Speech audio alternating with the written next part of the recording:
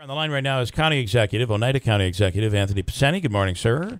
Good morning. How are you? Good. Matt Hamill fighting at the Turning Stone and fighting in front of a local crowd. That's pretty awesome now, huh? Yeah, it is. He's such a good guy. He really is. He really is. He really is. I've always said that's the difficulty that Matt has ever had when he was in the UFC and in his fights. The problem he has is he's a nice guy.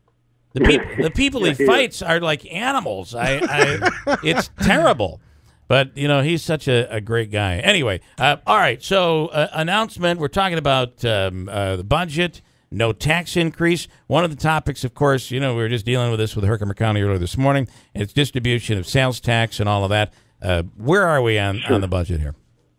Well, the budget is, as you said, there's no increase to the levy for the fourth consecutive year. And what I warned yesterday was, well, that's great news, and I know that it's about moving the community forward. But at the same time, as revenues either remain flat or reduce, and when I talk about revenues, it's not just sales tax and not just property tax. It's state aid, federal aid, all of those things that government relies on to run itself. Those things change from year to year, and you create budget gaps. And we've been using revenue and surplus fund balance for a number of years. We did it again in this budget, and there's only so much to go. At some point, that just doesn't get replenished. That's the equivalent of taking money from your savings account and paying your daily bill. So try not to do. Why not raise it a point then this year?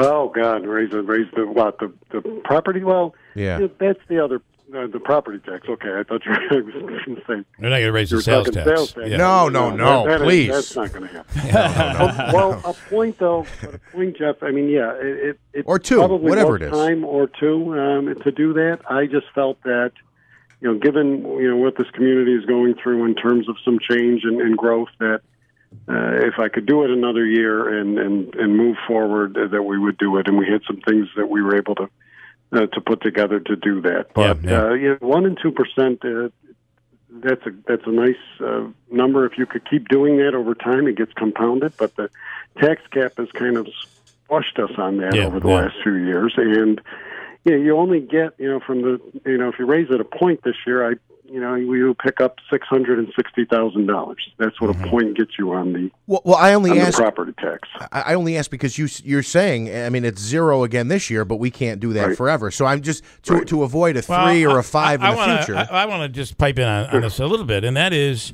that if all goes as planned, and nanotech, I don't want to say if. I know the if word is just such a terrible word when we're talking about nanotechnology. It is happening. I truly believe this is happening. So you add the jobs. You then add people. You then add a demand on houses and property. All of a sudden, the values begin to come up. If this all works out, you're going to be able to raise money without actually raising the rate. Well, you would obviously if as people build, as people move, and that's what will generate more revenue. You're absolutely right, Bill. And that's what I talked about in particular with sales tax. Sales tax isn't going to grow with more retail because there's only so much that this population, can handle in terms of the consumer, in terms of their disposable income.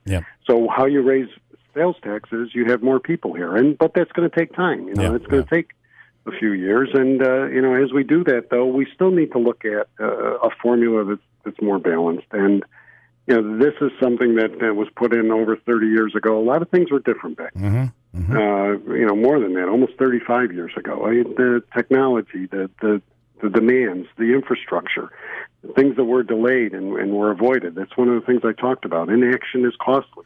Yeah. When government defers different things, it costs more. It's like in any business. So I think it's time to have a real good sit down. We've compiled data. Now it's time to roll up our sleeves and take a look at it. And maybe it'll work. Maybe we won't come to a consensus. But for this year, we can't just talk about it. We need to try. Got to be something's got to be. And it's at a time where infrastructure is a real issue in the Northeast, especially, and it's going to be a bigger issue as time goes on. So, Tony, thanks for coming on. We appreciate it. No problem. Enjoy the rest of your day, and we'll talk soon. Okay. Anthony Picente, the county executive. But ultimately, the only way we're ever going to be in a great position or a better position is if property values raise and more people come in, Right. better, there'll be more sales tax and all of that. And You're boy, if absolutely this right. whole nano thing comes to fruition, then we'll see it just happen. When it does. When it does. I want to use that. You're absolutely right.